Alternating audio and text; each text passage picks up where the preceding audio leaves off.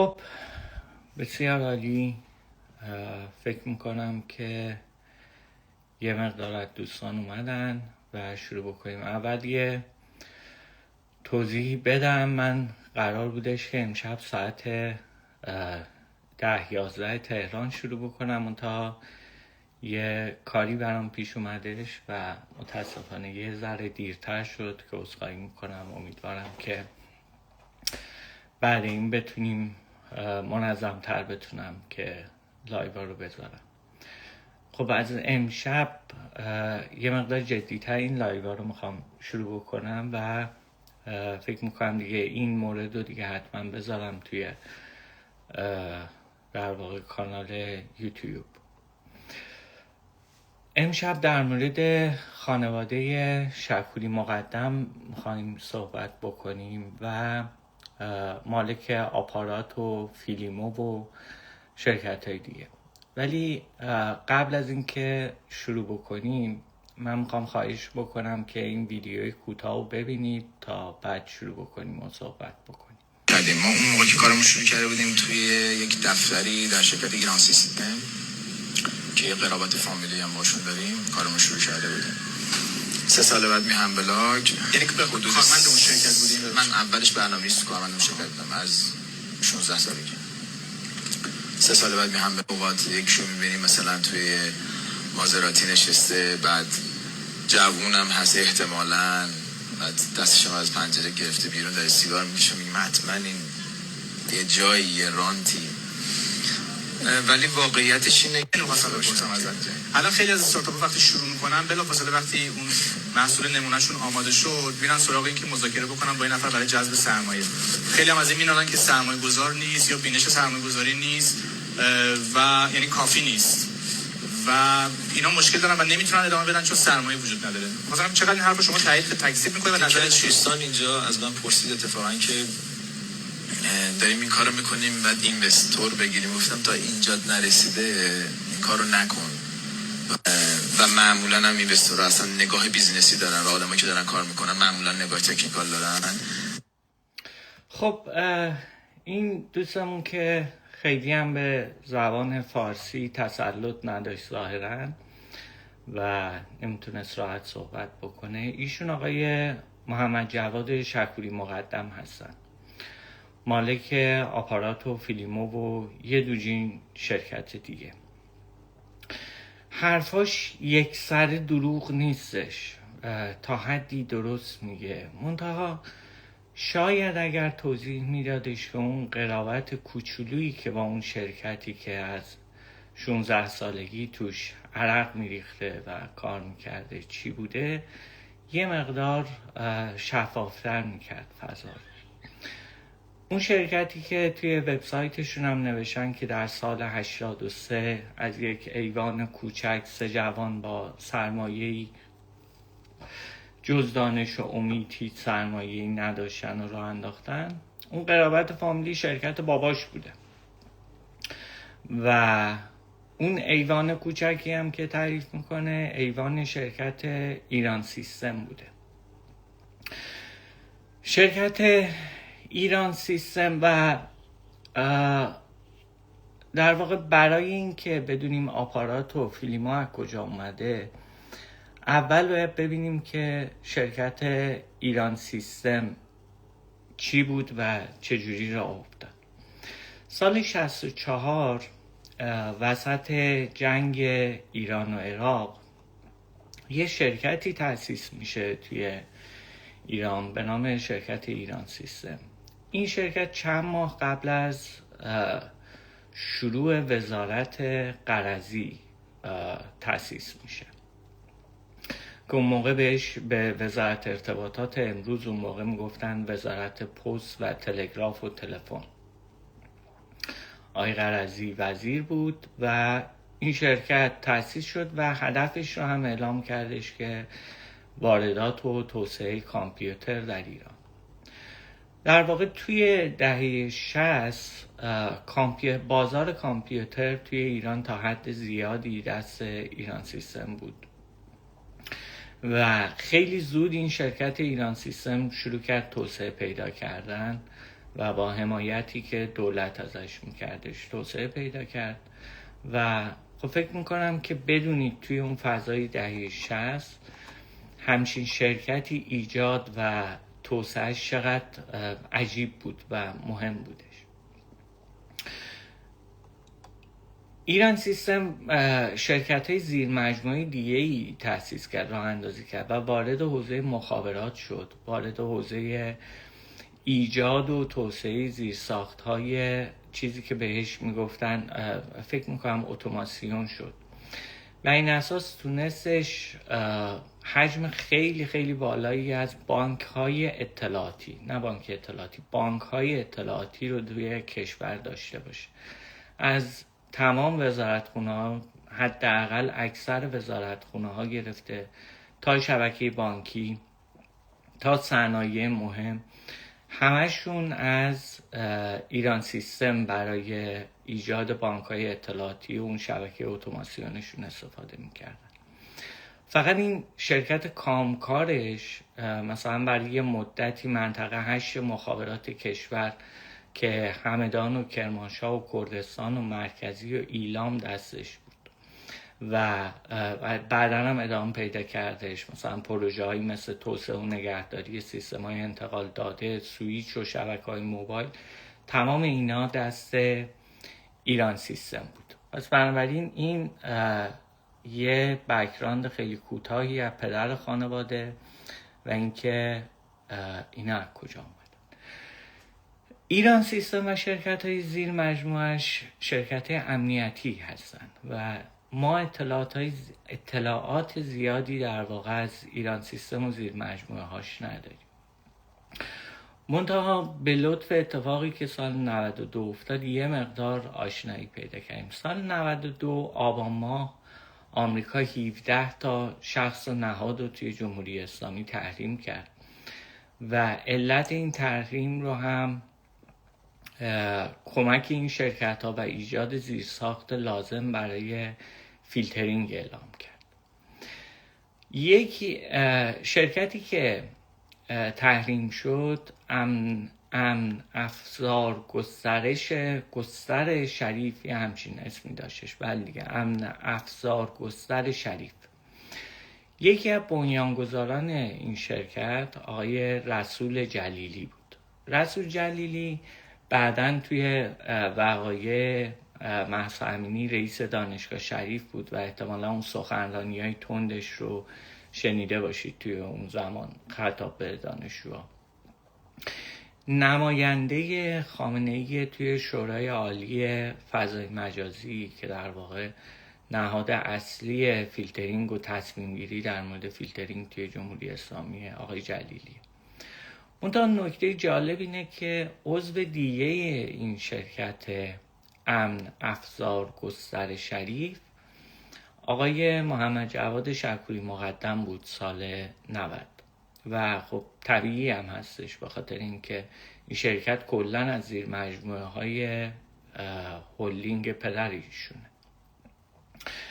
یکی دیگه از اعضای این شرکت فردی به نام ابوذر عرب سرخی که آقای ابوذر عرب سرخی الان استاد دانشگاه هم هستن و توی همین حوزه هم تدریس میکنن. یه تشکل‌های مهم و اصلی اصلاح طلبها سازمان مجاهدین انقلاب اسلامی ایرانه که حالا بیشتر احتمالاً مردم این سازمان رو به اسم مصطفی تاجزاده و ابوالفضل قدیانی میشناسن. عضو دیگه شورای مرکزی این سازمان فیض‌الله عرب سرخیه. این عکس برای همسن و سالای من خیلی آشناست. عکس در واقع دادگاه های سال 88. اون فردی که کنار آقای نبوی نشسته فیض‌الله عرب سرخیه. فیض‌الله یه برادر داشت به نام فتح‌الله. فتح‌الله سال 67 توی جنگ ایران عراق کشته میشه. سال 61 این صاحب بچه میشه به نام ابوذر. ابوذر عرب سرخی تقریبا همسن و سال محمد جواد شکوری مقدمه که مالک آپارات. بنابراین در واقع بچه برادر عضو شورای مرکزی یکی از تشکل‌هایی که خودش رو اپوزیسیون جمهوری اسلامی میدونه توی شرکتیه که مثلا سیستمایی مثل سپر و پارسگیت رو تولید کرده که همین سپر و پارسگیت هستن که باعث میشن الان شما احتمالاً از ایران اگه آنلاین شده باشید لازم باشه که با فیلتر شکن آنلاین بشید. خیلی جالبه به نظر من این ارتباطات، نمیدونم شما چطور فکر میکنید، ولی به نظر من خیلی جالبه. در مورد سازمان مجاهدین انقلاب اسلامی من قبلا یه مطلب کوتاهی نوشتم، ولی شاید یه لایوی هم در موردش بریم. خیلی جالبه. این سازمان از شمخانی گرفته تا محسن رضایی تا همین اعضای فعلیش باهاش مرتبط هستن و موضوع جالبی. حالا از اصل که نخواهیم دور بشیم از موضوع خانواده شکوری مقدم. این خانواده سواییده الان خب چندین شرکت دارن، ولی شرکت های اصلیشون اینها هستن که توی حوزه سرگرمی فعالیت میکنن، از سینما تیکت گرفته تا فیلمو و توی شرکت های دیگه هم سهامدار هستن و به تازگی هم مثل این که میخوان خودشون رو توسعه بدن. منتها بیشتر توی ترکیب این شرکت ها شما همین شرکای قدیمی و بچه های این شرکا رو میبینید. انگار مثلا یه نسل جدیدی هستن که پدرانشون ایران سیستم و سخت افزاری کار میکردن و نسل جدیدشون اومدن توی این حوزه. اون عکس بالایی که موهاش سفید شده این همین پدر شکوری مقدم هاست، امیر حسین. آخرین عکسیه که ازش دیدم و پایین هم محمد جواد که بیشتر جلوی دوربین میاد، محمد مهدیشون یه مقدار کمتر میاد. مصطفی غفاری که شریک اولشون بود توی ایران سیستم همچنان هستش، توی این شرکت اقماریشون هست. محمد فضل‌اللهی هم پسر حمیدرضا فضل‌اللهیه که در زمان تأسیس ایران سیستم عضو مؤسس و هیئت مدیره بود و جالب هم هستش که همشون ریش پروفسوری دارن. شکوری مقدم ها فکر کنم توی ژنتیکشونه. این شرکت هایی که شکوری مقدم ها دارن یه جوری هم حیات خلوت نسل دوم خط امامیه محسوب میشه. خط امامیه در واقع همون اصلاح طلبایی هستن که زمان دهه 60 خیلی مشهور بودن و خیلی به خمینی رو ساپورت میکردن. خمینی هم اونا رو میکرد و اصلاح طلبای الان در واقع همون خط امامیه. دهه 90 نیمه دوم دهه 90 اتفاقی که توی ایران افتاد، هم دولت دست اصلاح طلبها بود، دولت روحانی، و هم شهرداری تهران دست اصلاح طلبها بود. و توی این دوره یه سری مدیر جدید به وجود اومدن، یعنی دوره‌ای که پیروز هناچی بود و محمد علی نجفی هم که معرف حضورتون هست که هفت‌تیر کشی کرد و بعد پلیس جلوش تعظیم میکرد. توی این دوره مثلا این محمد فرجود که اینجا عکسشو میبینید، این مثلا توی شهرداری و شستا بودش. حسام مقصودلو هم همینطور و حسام مقصودلو توی فناپ هم بود. فناپ زیر مجموعه بانک پاسارگاده که در واقع شرکت مادر چیزم محسوب میشه، شرکت مادر سراواست که اون سراوا هم خودش یکی از ستونهای فیلترینگ توی ایران و اینترنت ملی بود. مجموعه خانواده شکوری مقدم الان اومدن یه شرکتی زدن، فکر میکنم 1-2 ساله، به نام نوآوری و توسعه کسب و کار سواییده که حالا اسمش هم روشه، با برند نوترا فعالیت میکنه و برای اینه که اون کسب و کارشون رو توسعه بدن. حالا من این قصه فناپ رو احتمالاً توی یکی دیگه از لایوا مفصل براتون باز میکنم.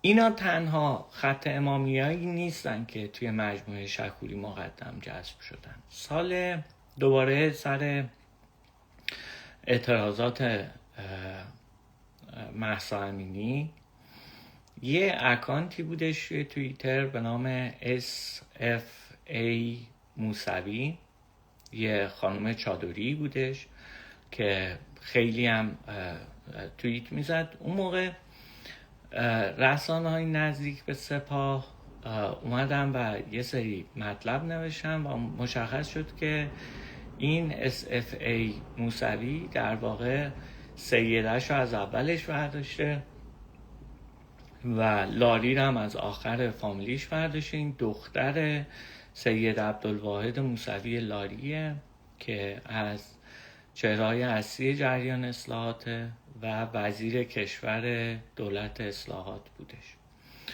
و این خانم مدیر در واقع دیتا تیم لید فیلیمو محسوب میشه.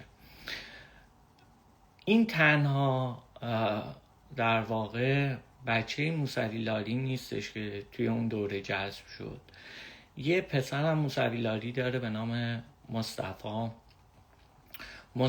باز دوباره زمان شهرداری اصلاح طلبات تو تهران شهردار منطقه 9 کردنش و از اولین انتصابایی که بعد از اینکه پزشکیان رئیس جمهور شد، از جمله اولین انتصابایی که داشت انتصاب آیه مصطفی موسوی لاری به سمت معاونت پشتیبانی نهاد ریاست جمهوری بوده و حالا توی یه همچین شرایطی و با یه همچین انتصاباتی که فکر میکنم اگر از اول لایف توی لایف بوده باشید قشنگ دستتون اومده که چه شکلیه. توی یه همچین فضایی محمد جواد در واقع شکوری مقدم میاد، با اون حالت میشینه، آب معدنی دستش میگیره، احساس ایلان ماسک میکنه. من از دانشگاه انصراف دادم، از 16 سالگی کار کردم، از یه حیات کوچیک شروع کردم، بیچاره بودم و بعد به بقیه بچه ها کسایی که میبینتش میگه که سراغ سرمایه گذار نید، تا اینجاتون رسید بعد برید سراغ سرمایه گذار. خب واقعیت این شکلیه که شما از یک خانواده تا خرخره تا همین جایی که نشون دادید تا اینجا شما امنیتی هستید، از دهه 60 شما امنیتی هستید. تمام کسب و کارتون و تمام موفقیت شما به خاطر و به لطف فیلترینگ بوده. اون جایی هم که فیلترینگ نبوده، سال 96 مثلا چند تا از همون جوانهایی که اینا میگن با پوزخند میگه تا شروع میکنن میخوان سرمایه گذار داشته باشن، چند تا از همون اتفاقا یه کاری را انداختن، یه وبسایتی به نام تاینی موویز را انداخته بودن. خب تمام این بچه ها رو گرفتن و اتهام سنگینی بهشون زدن، فساد و فحشا بهشون اتهام زدن و حالا قوه قضاییه گرفته بودتشون به اتهام فساد و فحشا. آیا آذری جهرومی بازجوی کوچک اومدش تمام سرورهای اینا رو به این برد همون موقع و دست بر قضا دقیقا بعد از این که تاینی موویز اون بلا سرش اومد، فیلیمو تعداد کاربراش بالا رفتش. یعنی تمام اون چیزی که شما بهش میگید اتمسفر یا مثلا همون زیست بومی که شما توش هستید بر اساس همین فضای انحصاریه که به کمک جمهوری اسلامی براتون فراهم شده. واقعیت اینه که حالا خیلی هم ممکنه نتفلیکس خوششون نیاد، منم خوشم نمیاد، ولی اگه نتفلیکس بود واقعا چند نفر مردم توی ایران می اومدن و فیلیمو رو نگاه میکردن ممکن بگید مثلا نتفلیکس سریال فارسی نداره یا دوبله شده نداره. نه، خیلی از کشورهایی که توش در واقع دنبال کننده و مشتری زیاد داره هم سریال همون کشور رو تولید میکنه، هم به زبان همون کشور سریال یا فیلم منتشر میکنه. یا مثلا اگر یوتیوب فیلتر نبود و اگه شبکه بانکی ایرانی شکلی نبود، چقدر جوون توی ایران میتونستن توی یوتیوب فعالیت کنن؟ من میدونم یوتیوب الان توی ایران خیلی با وجود فیلتر استفاده میکنن، ولی خب مشکل حساب باز کردن دارن. از اونورم اگر هم بخوان کار بکنن اون آزادی رو ندارن. فردا طرف شما میگیرن به جرم بی‌حجابی، میگیرنش به جرم چه میدونم فساد و فحشا و همون چیزایی که به تاینی موویز زدن. حتی خانواده شکوری مقدم سراغ این رفتن اون موقعی که اینستاگرام بیشتر روی بورس بود، سراغ این رفتن یه اپلیکیشن زده بودن لنزور فکر میکنم که پول لنزور هم آذری جهرومی داده بودش اون موقع که وزیر ارتباطات بودش که جلوی اینستاگرام در بیان، که حالا خوشبختانه نگرفتشون و بعدم تعطیل شد، مفتضحانه شکست. منتها شما ببینید ارتباطی که این جریان داره، این جریانی که به اصلاح طلبان نزدیک داره، من فکر میکنم به خاطر همون روابطی که با اصلاح طلبا داره. شما تا حالا خیلی دیدید که مثلا پیام رسانهای داخلی رو مسخره میکنن، مثلا آیپ و اینا رو مسخره میکنن که اینا مثلا کپی تلگرام و واتساپن و درست هم هستش، من هیچ مشکلی با این موضوع ندارم. ولی آیا تا حالا دیدید که این روایت و این توصیف برای فیلمو به کار بره یا برای یوتیوب یا برای آپارات به کار بره؟ هیچ وقت این اتفاق نمیفته، به خاطر اینکه اینها ارتباطی که دارن با اون جریان اصلی رسانه خیلی ارتباط قویه و همین جریان اصلی رسانه است که نمیره ازشون سوال بکنه که اون ایوان کوچکی که شما تو سایتتون نوشتید چند تا جوان که از 16 سالگی به سختی کار میکردن، ایده این مجموعه به ذهنشون رسید و با سرمایه اندک آپارات رو راه اندازی کردن. حیات کجا بود؟ حیات شرکت پدر شما نبود، حیات ایران سیستم نبود. و آیا از اول که اورکات توی ایران فیلتر شد، خیلی شاید یادشون نیاد، اورکات یه چیزی بود مثل فیسبوک و بلافاصله بعد از اینکه توی ایران میخواست همه گیر بشه تعطیلش کردن و بلافاصله بعدش یه چیزی را افتاد به نام کلوب.com، چیزی بودش، بدلی بودش که اینا میخواستن به عنوان شبکه اجتماعی مشابه فیسبوک یا اورکات به مردم بفروشن که جواب نداد.